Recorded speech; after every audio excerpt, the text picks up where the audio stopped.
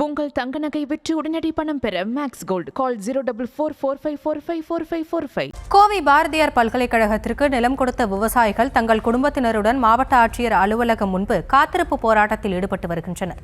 இதுகுறித்த விவரங்களோடு இணைகிறார் எமது செய்தியாளர் அருண். அந்த விவசாயிகளின் கோரிக்கை என்ன, முழு விவரங்கள்? வணக்கம்.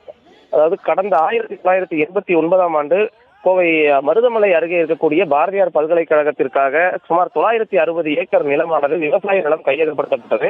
இந்த விவசாய நிலம் கையகப்படுத்தப்பட்ட நிலையில அதற்குரிய இழப்பீட்டுத் தொகையை விவசாயிகளுக்கு வழங்காமல் தமிழக அரசு இழுத்தடித்து வந்த நிலையில விவசாயிகள் நீதிமன்றத்தில் வழக்கு தொடர்ந்திருந்தனர். இந்த வழக்கின் தீர்ப்பு கடந்த 2022ஆம் ஆண்டு வெளிவந்த நிலையில விவசாயிகளுக்கு 600 கோடி ரூபாய் இழப்பீட்டுத் தொகையாக வழங்க வேண்டும் என நீதிமன்றம் உத்தரவிட்டிருந்தது. இதைத் தொடர்ந்து விவசாயிகள் தமிழக அரசிடம் முறையிட்ட போது உடனடியாக அந்த நிதியை விடுவிக்கிறேன் என்று கூறிய தமிழக அரசு தற்போது வரை அந்த நிதியை விடுவிக்காமல் இருக்கக்கூடிய நிலையில தான் தற்போது விவசாயிகள் 100க்கும் மேற்பட்டோர் தங்களது குடும்பத்தினருடன் அதே போன்று மார்க்சிஸ்ட் கம்யூனிஸ்ட் கட்சியினரும் சுமார் ஒரு 200க்கும் மேற்பட்டோர் கோவை மாவட்ட ஆட்சியர் அலுவலகம் முன்பாக தற்போது காத்திருப்பு போராட்டத்தில் ஈடுபட்டு வருகிறார்கள். 1 மணி நேரத்திற்கும் மேலாக அவர்கள் மாவட்ட ஆட்சியர் அலுவலகம் முன்பாக காத்திருப்பு போராட்டத்தில் ஈடுபட்டு வரும் நிலையில ஆட்சியர் அலுவலக வாயிலேயே தரையில் அமர்ந்து அவர்கள் தங்களது போராட்டத்தை தொடர்ந்து வருகிறார்கள்.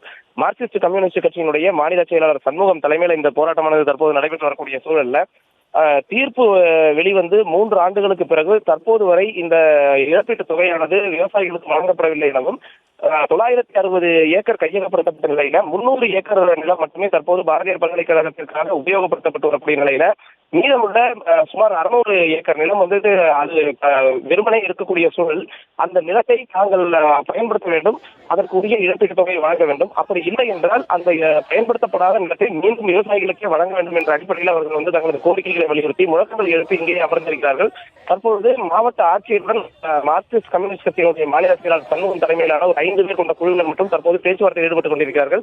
இந்த பேச்சுவார்த்தையில் வெற்றி ஏற்படும் நிலையில, அதாவது விவசாயிகளுக்கு சாதகமான ஒரு முடிவு எட்டப்படும் நிலையில் அவர்கள் போராட்டத்தை கைவிடுவோம் எனவும், அப்படி ஒரு முடிவு எட்டப்படாத சூழலில் தாங்கள் இதே இடத்தில் இருந்து தங்களுக்கு முடிவு எட்டப்படும் வரை இங்கேயே போராட்டத்தில் ஈடுபடுவோம் எனவும் அவர்கள் தெரிவித்து தொடர்ந்து இந்த போராட்டத்தை தொடர்ந்து வருகிறார்கள். ஆசினி, 43 கோடி ரூபாயை 2013ஆம் ஆண்டு வழங்கியது. விவரங்களுக்கு நன்றி அருண்.